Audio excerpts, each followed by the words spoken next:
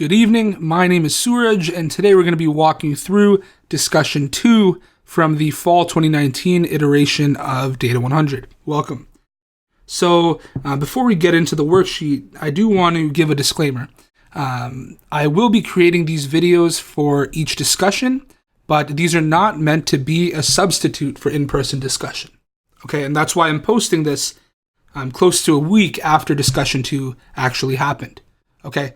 So what this is intended to be is a sort of catch-up resource. So if you're studying for an exam or you're a couple weeks behind in the course, which you in theory shouldn't be, you can watch this discussion video to get caught up on the concepts that we talked about in this discussion. Okay, but don't use this as a substitute for in-person discussion, because I guarantee you'll have a better experience and be able to ask questions live if you go to in-person discussion.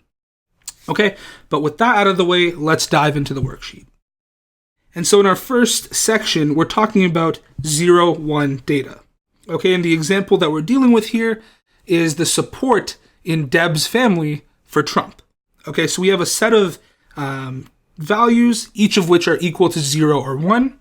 And so to formalize it, we can say we have x1, x2, ... through xn. Each one is either equal to 1 or 0. Okay, and to be clear, these are little x's, right, because they're just data points. I'll try and make that a little more clear. And this distinction is important because in the next section, we'll start talking about random variables. But each of these are just some data point that is equal to 1 or is equal to 0. Okay, in this case, it's a 1 if that member of Deb's family is a Trump supporter, and 0 if they are not a Trump supporter. Okay, and so in the first question, it's asking us if we want to summarize the support in our family for Trump, how would we do this? Well, one way to do this is to take the proportion of ones in this set of values. Okay, and that's sort of what we're hinted at in number 2. But what the proportion tells us is, suppose the proportion of ones in our set of values is 0.4, that tells us that 40% of the people in Deb's family support Trump. Okay, and that encapsulates most of the information. Okay, and this question is sort of hinting at the idea of a summary statistic, which is, given a set of values, we want to come up with one number that somehow encapsulates the information given in all of those values. And that's what a lot of this worksheet is about, summary statistics. Okay, number 2, more generally, we can refer to these data as x1, x2, ... through xn, as I did over here, where each xi is a 0 or 1. Show that the average of x, so x bar, is the proportion of ones in our data, and we can assume that m of our values are equal to 1. Okay, and we can do this just by looking at the definition of x bar. Right, x bar is 1 over n times the sum of all of our xi's. But since each of our xi's are either 0 or 1, I can sort of simplify this sum, or make it a little more clear, by writing it as 1 plus 0 plus 0 plus 1 plus ... plus 0 plus 1. I don't know which of these values are zeros or ones, but I'm told that m of the values are 1, or I can assume that that's the case. So in this nested sum over here, I have m terms that look like 1, so I can write m times 1, and the remaining terms are all equal to 0. It doesn't really matter how many of them there are, but since there's n terms in total, m of them are equal to 1. There are n minus m other terms, and they're all equal to 0. Okay? Anything multiplied by 0 cancels out, and we're left with 1 over n times m times 1, which is just m over n. And since m is the number of ones in our set of values, m over n is the proportion of ones in our set of values. Okay, so what we showed here was that the average of all of these zeros and ones is the proportion of ones in that data set. Great. Now, number 3, we're told that we saw in class for general values x1 through xn, not necessarily 0 or 1 values, just it could be any real number now. The sample average minimizes the empirical risk for L2 loss. Okay, and so before diving any further into this question, I think it's important to clarify what a lot of these terms mean. Okay, the sample average is just x bar as we defined it above. In this case, they're not all necessarily equal to 0 or 1.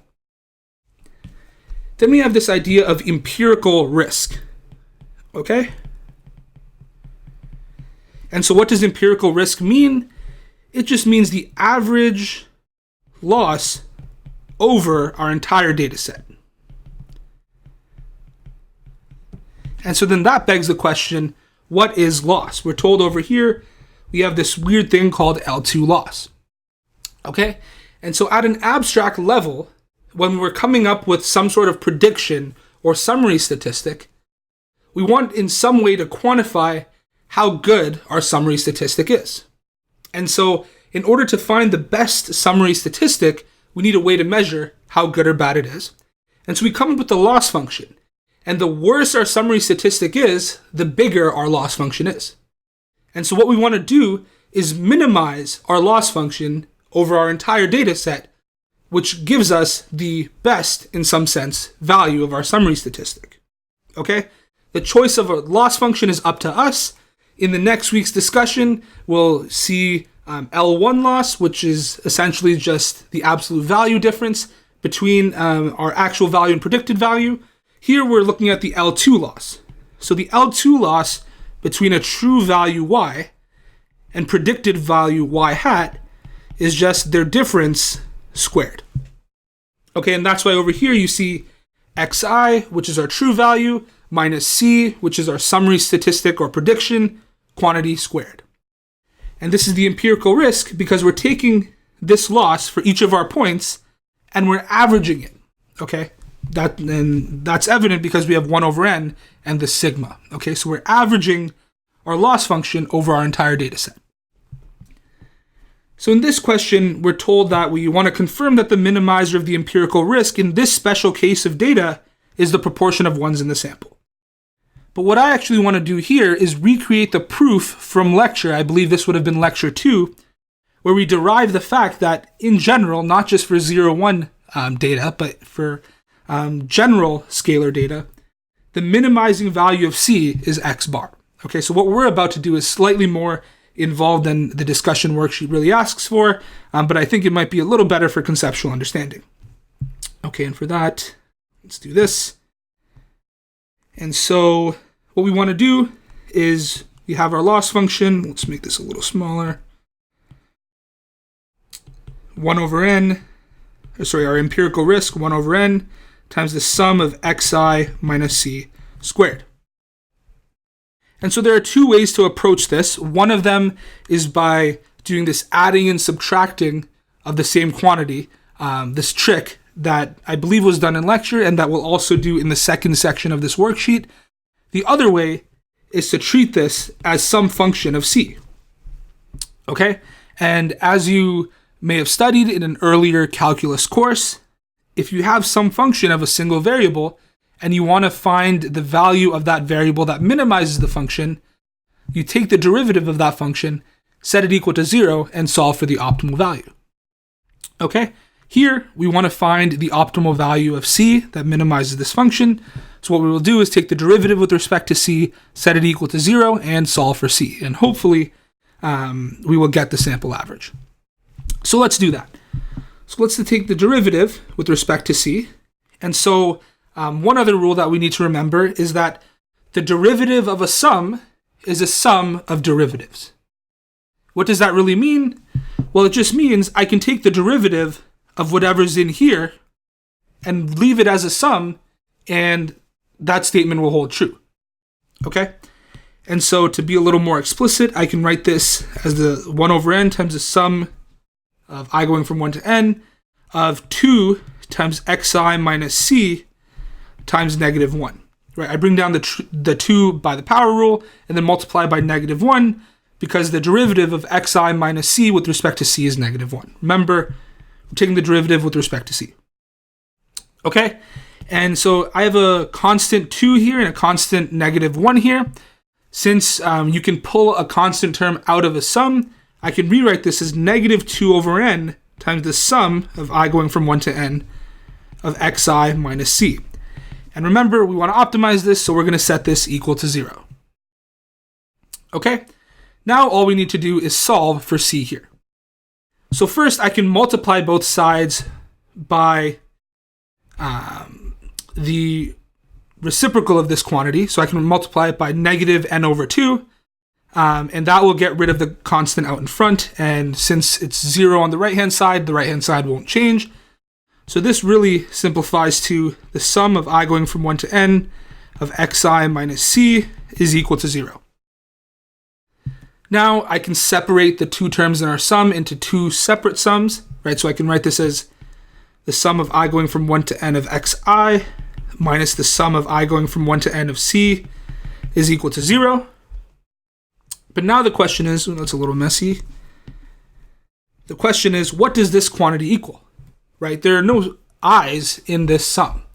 So what this really looks like is c plus blah, blah, blah, plus c n times. So if we're summing a constant by itself or to itself n times, it's just n times that constant. Okay, so I can really write this as the sum of I going from 1 to n of xi minus nc is equal to 0. Now I can add nc to both sides, which I'll just save a step here. So I have the sum of all of our xi's is equal to n times c. Now I can divide both sides by n, which gives me my optimal c, or my c hat, which is 1 over n times the sum of all of our xi's, which is indeed the definition of x bar. So we just walked through the proof that the sample average minimizes empirical risk for the L2 loss. Great. And I think that wraps up the first section of the worksheet. Great. Now let's move on to the second section. So in the first section, we were working with 0, 1 values, or a data set of points where each value is equal to 0 or 1. Now we want to deal with 0, 1 random variables, which are random variables that only take on the values 0 or 1. And if you've taken a previous probability course, you might recognize these as being Bernoulli random variables. Okay, and again, I should emphasize that this is not a substitute for lecture. So the general idea of a random variable should be familiar to you as you watch this. And if it's not, feel free to post on Piazza or come to office hours. But I'll try my best to go over the important details. Okay, so in this question, we're told that we have some population, and any individual that's chosen at random from the population has some probability p of having some characteristic of interest. Okay, and for the sake of abstraction, we will say that this person has a probability p of having the value 1, and the remaining probability, 1 minus p, of being 0. Okay, so these random variables take on the value 1 with probability p, and the value 0 with probability 1 minus p. Okay, and so the first question asks us to provide a distribution table for x1, and that is just a table that enumerates all of the possible values that x can take on along with their probabilities. Okay, so x can take on the values 1 and 0 with probabilities p and 1 minus p respectively. Okay, just to clarify, what does this notation mean? The capital X refers to the random variable's name, and this little x is a placeholder for the actual value that it takes on. Okay, so equivalently to this table, I could just say the probability that x1 is equal to 1 is p, and the probability that x1 is equal to 0 is 1 minus p. Cool. Question 5 wants us to provide a probability table for xn, and each of these random variables really have the same distribution, okay, because we're told that each random variable represents just someone in our population being chosen, and the p and 1 minus p are the same for everyone, because we're told that everyone in our population has probability p of having that characteristic and probability 1 minus p of not having that characteristic. So I won't rewrite it. It has the same distribution table.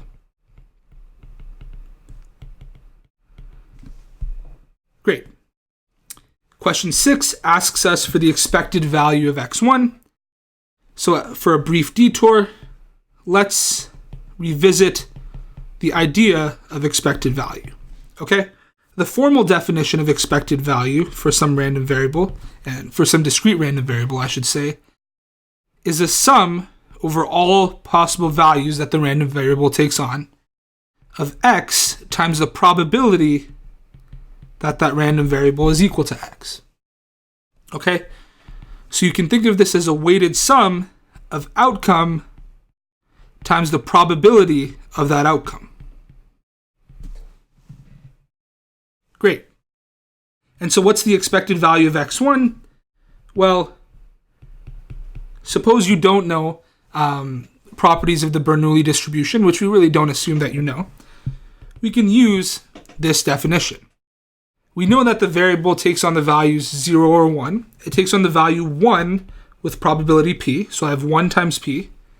And it takes on the value 0 with probability 1 minus p, so I have 0 times 1 minus p. The 0 times 1 minus p term falls out, and we're left with just p. So the expected value of x1 is just p. One thing to note is that the expected value is sort of a weighted average, but it doesn't need to be one of the values that x1 actually could be.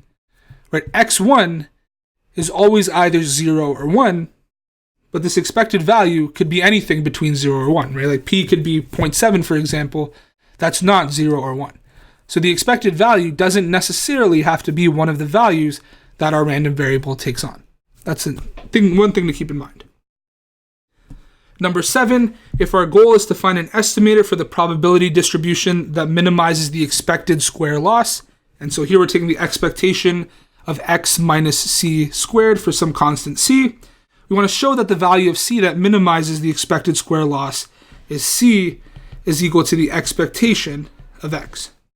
So our job here is to show that if you plug in c is equal to the expectation of x, it gives us the smallest possible value of this expression. And so there are two ways that we can approach this, and we'll walk through both ways right now. One way is to do what we did earlier in this video with question 3, which is to treat this as some function of c. And how do we minimize a function of c? Well, we take the derivative with respect to c, set it equal to 0, and solve. The other way, which I believe is the way that was done in lecture, uses a clever algebraic trick that is pretty common in a lot of probability-related proofs, and I would say they're both equally as important to know. Okay, so we'll walk through both of them right now. Let's get a little bit more space here. So let's scroll down. So the first proof we'll walk over is the one that's similar to the proof of number 3 from before. So this is a calculus-based proof.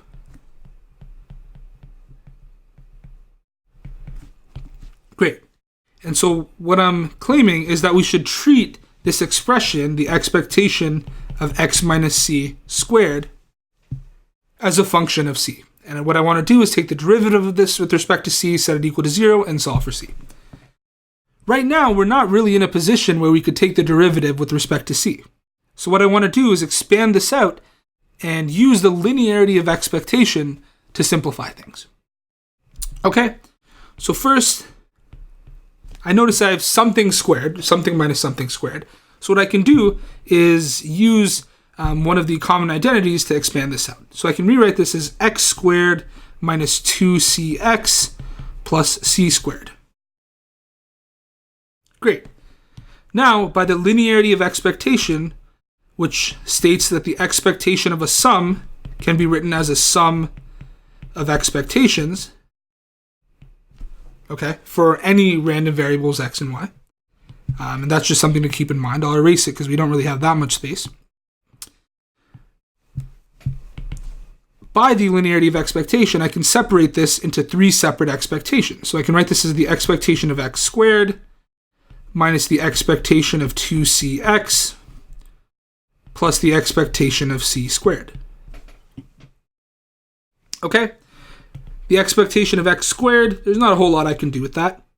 But the expectation of 2cx, since 2c is just a constant, right, I can take it out of the expectation. And that's by another rule related to the linearity of expectation, which is that the expectation of a times x, where a is some constant, is just a times the expectation of x. Okay, another thing that you should keep in mind. And so by this rule, I can say this is 2c times the expectation of x. And then now I use the fact that the expectation of a constant is just a constant, right? And so there's no randomness associated with c or c squared, right? The expectation is only over x, which is the random variable. I can write this as just plus c squared. And remember, these are all equal to the same original function of c. Now what I want to do is take the derivative of this with respect to c, set it equal to 0, and solve for c. And so now I can take the derivative with respect to c.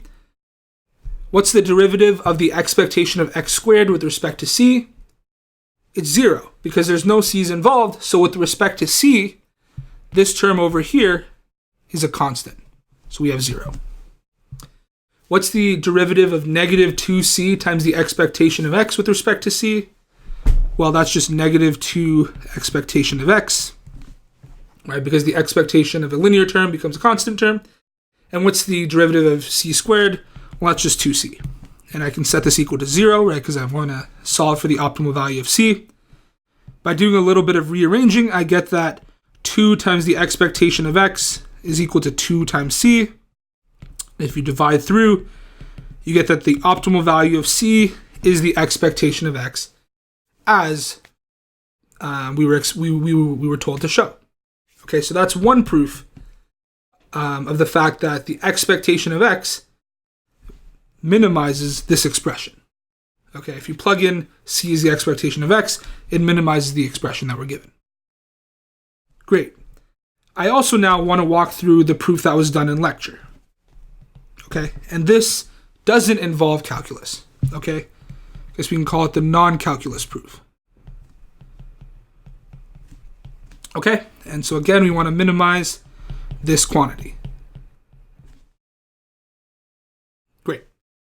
So the trick we will use here is the fact that x minus c is equal to x minus, let me move this over here, is equal to x minus mu plus mu minus c. And if I didn't already state this before, we often use mu as a placeholder or as a symbol for the expected value of x. Okay? So what this is saying is that I can write x minus c as x minus the expectation of x plus the expectation of x minus c. Sure, this is true trivially, and it doesn't really make sense where this comes from if you haven't seen this before, but trust me, it'll make a little more sense in just a bit. Okay? Because minus mu plus mu is 0, this is totally valid. We haven't really changed the value of this expression. Oops, great. So now what I can do is write this expectation as the expectation of x minus mu plus mu minus c, all squared. Great. And so now I can think of this first term, x minus mu, as being a box, and the second term, mu minus c, as being a triangle. When I think about it like that, what I have inside is just box plus triangle squared. What does that expand to? Box squared plus 2 box triangle plus triangle squared. And so I will use that fact now. Okay, just to clear up a little bit more room.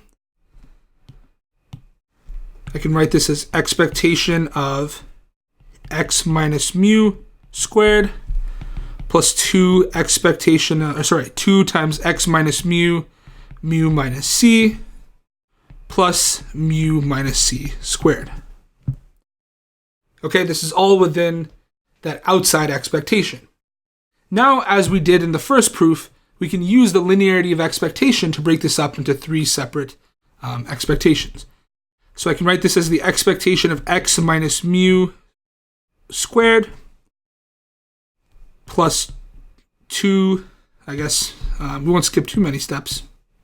I can write this as the expectation of 2x minus mu minus c plus the expectation of mu minus c squared. Okay, so now here we need to make some simplifying steps. So the first is that we need to realize what this underlined term looks like. I didn't explicitly mention it before, but this is the definition of the variance of x. Okay, so I guess we can write it over here. The variance of some random variable x is the expected squared distance from the mean. Okay, and that's a definition. And remember, mu is just the expectation of x. So this over here, the quantity that's underlined, is just the variance of x. So I can write this as the variance of x. Great. Now, in the second term over here, notice mu minus c, there's no x's involved there. So that's completely constant. It's non-random. And so that's a constant. And so is the 2. So I can pull the 2 mu minus c out in front. And so I can write this as 2 mu minus c, expectation of x minus mu. However, note that mu again is a constant, right? So I can simplify this quantity here, expectation of x minus mu, into the expectation, I'll put parentheses around here, expectation of x minus mu. And all I did here was remove the mu from the expectation just because it's a constant. And now this last term over here, the expectation of mu minus c, quantity squared, that's also a constant, right? Mu minus c is a constant, so mu minus c squared is a constant. So I can write this as mu minus c, quantity squared. And now what do we notice? This middle term is actually equal to 0. And why is that? Well, it's because expectation of x and mu are both the same thing. So expectation of x minus mu is 0. So this whole thing actually multiplies to 0. And now our entire expression evaluates just to the variance of x plus mu minus c squared. And so notice this first term is independent of c, right? And all we're trying to do is figure out the value of c that minimizes this entire expression. Okay, so the c is completely independent of this first term, so all we need to do now is look at this second term, mu minus c, quantity squared. And we know that box squared, assuming whatever's in the box is a real number, is always greater than or equal to 0. The minimum value it takes on is 0. And that happens when mu minus c is equal to 0, or when c is equal to mu, right? So if I set c equal to mu over here, it minimizes this quantity, okay? So if I set c is equal to mu, this quantity is just equal to the variance of x. If c is equal to anything other than mu, this quantity will be the variance of x plus something, so it won't be the minimum value. Okay? So by setting c equal to mu, we minimize this expression. And this also actually shows that the minimizing value of this expression is actually the variance of x, which, again, just to copy the definition I have over there, is the expected squared distance from the mean. Okay? So that's another proof, and it's the more standard non-calculus proof of the fact that the expectation of x is the value of c that minimizes this expression. Okay, what we did was we rewrote x minus c as x minus mu plus mu minus c, and then did a little bit of simplification and rearranging, and then notice that by setting c equal to mu, it minimizes this expression at the end. And that wraps up number 7. And now, so that we can finish this section of the worksheet, we want to note that x bar can be used to estimate the p, our proportion, which is the expectation of x1, which we derived up here, right? The expectation of x1 was p, and we're told this again here. Essentially, what this question is telling us to do is show that the expectation of x bar is also p, right? So just so that we're clear on what we're doing, we already know that the expectation of every xi is equal to p. So now we want to show that the expectation of the average of all of our xi's is also p. And so to do that, I can just use the definition of X bar that we're given. We want the expectation of X bar, which is the expectation of 1 over n times this sum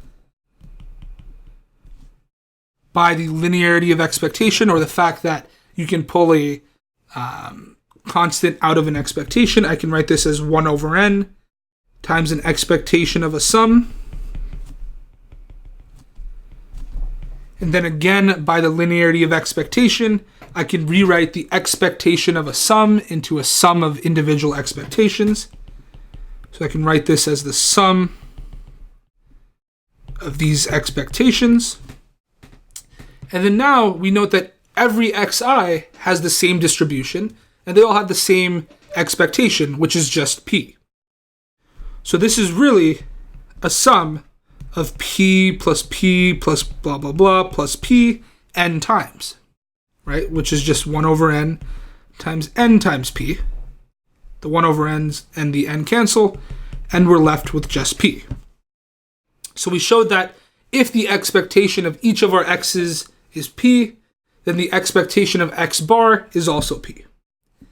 And I believe that wraps up the second section of the worksheet. Cool. So now in the second portion of the worksheet, we will be talking about the ideas of a sampling frame, sources of bias, and what a target population is. And we have 2 case studies that we'll look at, and we will try to identify each of these terms with respect to each of these 2 case studies. Okay. In the first case study, the height report, we were told that in this book, it reported findings from some survey of 4,500 women, and one finding in particular was the fact that 70% of women who were married 5 or more years are having sex outside of marriage. Okay, and to come up with the statistic, they sent out 100,000 questionnaires to organizations such as professional women's groups, counseling centers, and church societies, and we want to identify some of the aspects of the sampling process.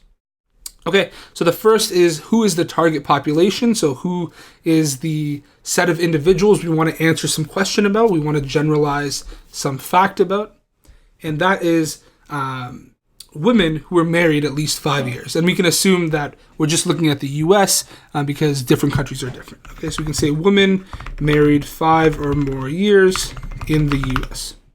Okay, and we're essentially told this in the question, right? Because we're looking at women who have been married 5 or more years. What's the question we want to answer? Well, really what we want to do is see what this proportion is, right? And they went into this survey trying to figure out what proportion of women who are married 5 or more years are having sex outside of marriage. And so that was the question they were looking for.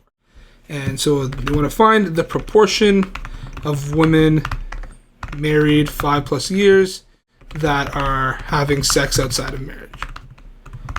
The solutions call this unfaithful. Same idea, I guess. Okay, let's see if I can move this around. Great. What's the sampling frame? And remember, the sampling frame is the set of people from which we choose our sample. And remember, the big thing we emphasized in lecture was that our target population and our sampling frame aren't always the same thing, okay? And in most cases, they are actually different. Okay, in this case, our sampling frame is the set of women who belong to one of these groups that we mentioned, right? Professional women's groups, counseling centers, church societies. So the set of women that belong to one of the aforementioned groups. Okay? And so one key thing to realize here is that there are a lot of women who are not in these aforementioned groups that we're clearly not sampling. Okay, so that is something that we'll consider when we start talking about sources of bias. Okay, the technique used to survey individuals in the sampling. So I guess the question we want to ask is this a probability sample? And no, it's not, right? Because there are a few factors here. One thing to keep in mind is that 100,000 questionnaires were sent out, but only 4,500 women were we had data for, so only 4,500 women filled out the questionnaire, so we don't know how those 4,500 women were picked.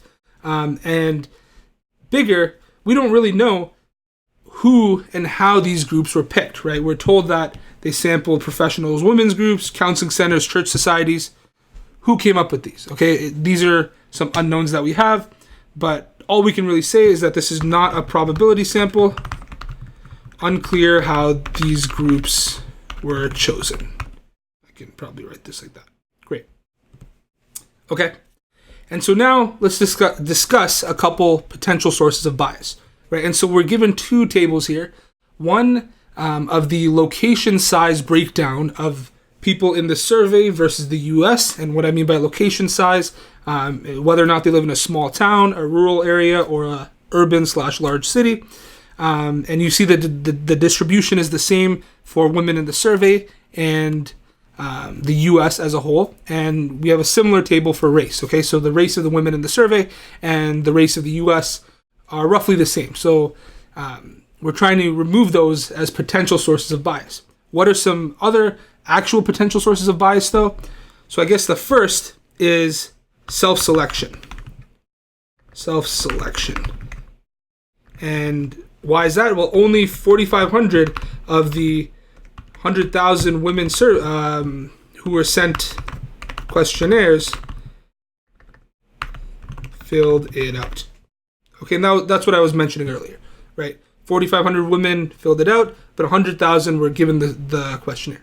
Okay, so that means the ones that did fill it out may have been more inclined to report whether or not they were being faithful, and that kind of skewed the results. Okay, we really don't know. This is just a potential assumption, but there is some self-selection here, right? Because a very small percentage of the women actually filled this out. So maybe, who knows, they tended to be less faithful, okay, and they wanted to respond more for whatever reason. Okay, another thing to consider is the sampling frame. And I also mentioned this earlier, right? What about all of the women who do not belong to these professional women's groups or church societies, right? We're not really looking at whether or not they're faithful, right, to come up with this statistic. So it's not really a good representation, right? Because what if women in these groups tend to have a lower rate of faithfulness, right? We really don't know, but this is just something for us to consider, right? What about the women not in these groups? Okay, and again, we don't know for sure whether or not these potential sources of biases really were sources of biases, but these are just some things for us to think about when looking at an experiment. Okay, and that's the first case study. So now in the second case study, we're looking at school districts across the country, and specifically, we're looking at the performance of 8th grade girls and boys on this standardized math test. Okay, and we're told that we can assume our data was collected as a census since there was no sampling involved. We just had every school district that administered this test report its results. Okay, and we're looking at just whether or not the 8th grade boys outperformed the 8th grade girls on this math standardized test. Okay, so let's go and answer some of these questions. Firstly, what's a target population? Here, our population, our population of interest is school districts in the US. Okay, we're not looking at students on an individual level. We're just trying to answer some question about all school districts in the US. Okay? In the US. Okay, and the hint sort of tells us this: an individual is not necessarily a person. Okay, the conclusions we want to make are about school districts in the US, so those constitute our target population. The question, this is also sort of given to us in the prompt. We want to answer: in a school district, do 8th grade boys outperform 8th grade girls? Okay, that's the question we want to answer. We want to answer it for some general target population. What's the sampling frame? Now, since this is a census, we can almost assume that our sampling frame and our population are the exact same thing, but not quite, because not all school districts necessarily administer the standardized test. Okay, so our sampling frame is the set of school districts that administer the standardized test. Okay, this may or may not be all school districts in the US. It could be the case that, I don't know, there are some private school districts somewhere in the US that don't administer the standardized test. Okay, so private schools would be the main exception to this. Okay, how is this designed? Well, we're told that it's a census. So there's no probability sampling or anything involved because there's no sampling, right? We survey every single member of our population. Okay, and lastly, we want to try and identify some confounding factors. So some potential ways we can break down our data into smaller, more homogeneous groups. And confounding factors are also things that we just didn't think of that might skew our results, some factors that we didn't consider. Okay, and so there were two that were identified in the article from which this survey came. They were income and race. So income, it actually ended up being the case that school districts with higher average parent income, the disparity was greater. So the boys outperformed the girls even more in districts with higher incomes. Okay, so that's one thing we didn't consider. And there's also race. So school districts that had higher proportions of Latina and African American students, the difference was reversed. So in those school districts, the girls, 8th grade girls, outperformed the 8th grade boys. Okay, so income and race are two examples of confounding factors, so factors that we didn't immediately use in our sort of survey analysis. Okay, and I believe that wraps up the entire worksheet. Thanks for watching. If you have any questions, feel free to send me a personal email or post on Piazza. And yeah, that's it.